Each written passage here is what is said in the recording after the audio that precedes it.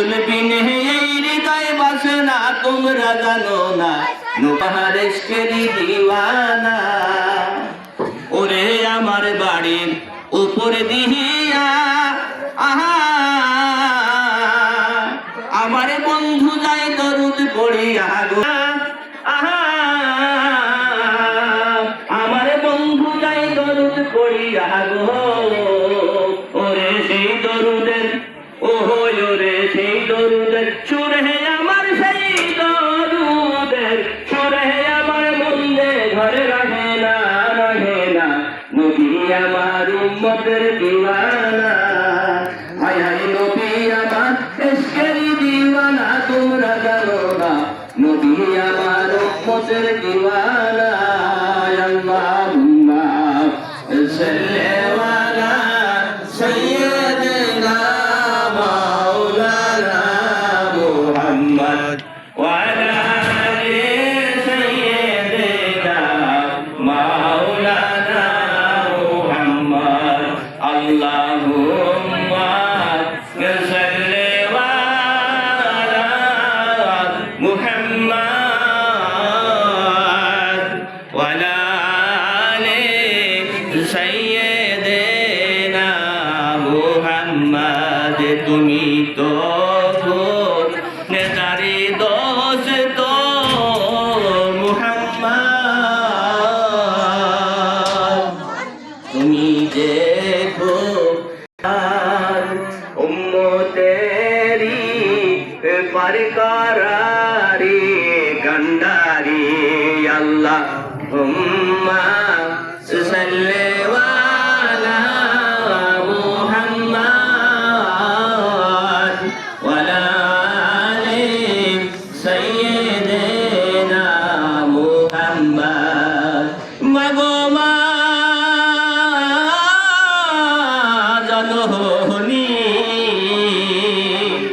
তোমার দুধের ঋণ শুধিব কেমনে,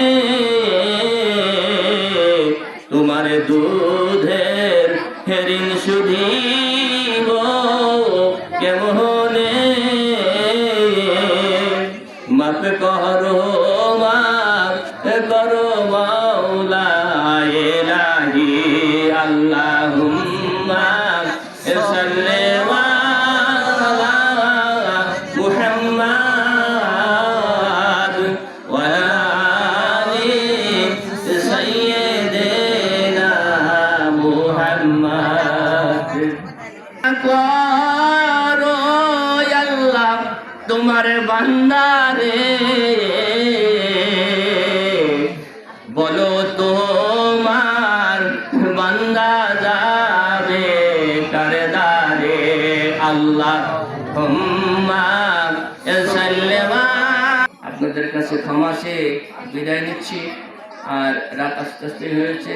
আমার ছোট ভাই কামরুল ইসলাম আর কাদরি তিনি তিনার মূল্যবান বক্তব্য রাখবেন। আমরা ধৈর্যচ্যুত না হয়ে ওনাকে একটু সময় দিতে হবে, তাই একটু সময় দেব। আপনাদের কাছে সবার কাছে অনুরোধ, আমি যে কথাটা বারবার বলতে চাচ্ছিলাম বলতে পারি নাই, বোঝাতে পারি নাই, সেই কথাটা হচ্ছে দিন। আমরা কিছুটা সময় হলে দিনের মধ্যে নিজেকে এমন বিলীন করে দেই, একটু দিয়েই কাল কিয়ামতের মাঠে আমরা নাজাতের আশা করব, এই প্রত্যাশা রেখে আপনাদের কাছে দোয়া চেয়ে দোয়া দিয়ে পরিশেষে আরেকটা কথা বলে, যে কথাটা হচ্ছে এই প্রগতির যুগে কোন ক্রমে আমরা যেন বিজাতির মতবাদ গ্রহণ না করি। আসসালামু আলাইকুম ওয়া রাহমাতুল্লাহ। সবাই দিল খুলে মন খুলে মহব্বতের সাথে একবার সুবহানাল্লাহ বলুন, আলহামদুলিল্লাহ বলুন, আলহামদুলিল্লাহ, আল্লাহু আকবার, আল্লাহু আকবার, আলহামদুলিল্লাহ। আলহামদুলিল্লাহ।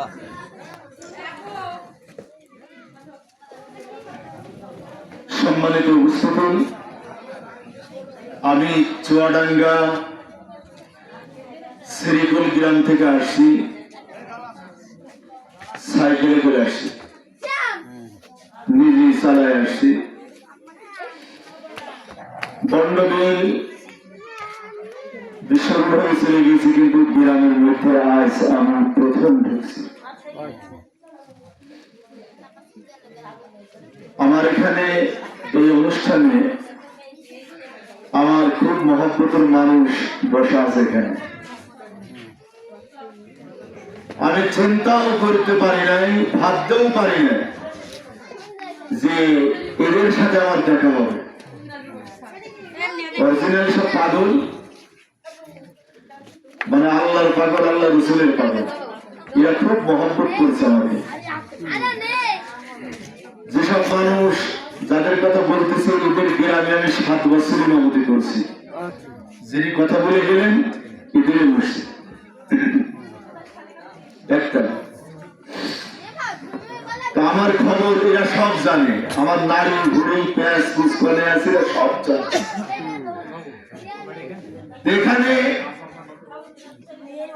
যারা বসা আছেন অনেকে আমার চেনেন না, আমি নতুন মুখ আপনাদের সামনে নিয়ে বসেছি। আসলে আমার মতো অযোগ্য আমার কাছে মনে হয় তুচ্ছ তাচ্ছিল্যতা আসমানের নিচে জরুরি না। আমি নিজেকে নিজে অনেক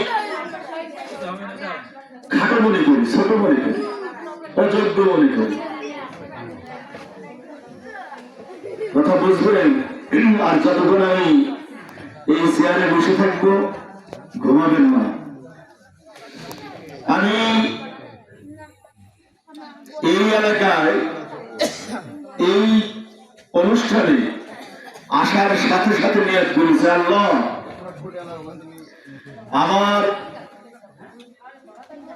মুখ দিয়া যে বাক শক্তি বাহির করাবেন, বাক শক্তি বলে বুঝেছেন? কথা বলার শক্তি। কি শক্তি? কথা বলার শক্তি যে বাহির করাবেন, এই কথার দ্বারাই। কারণ এমন একদিন সামনে আসছে যে আমিও থাকবো না, আপনারাও থাকবেন না। কেউ থাকবো? কেউ থাকবো না। তা আমি আমার বাক শক্তির দ্বারায়, কথার দ্বারায় একটা মানুষ যদি হেদায়েত লাভ করে, তার কারণে আল্লাহ তাআলা আমাকে মাফ করতেও পারে। কথা বলতে পেরেছেন? আমি অহংকার করছি না। আমার বয়স 46, আমি 27 বছর ধরে ইমামতি করছি। 27 বছর। তার মধ্যে কাটা ভাঙা উদয়পুর আমি দিয়েছি 7 বছর। বুঝতে পেরেছেন? তারা এখানে আছে বসা। ভাইয়ের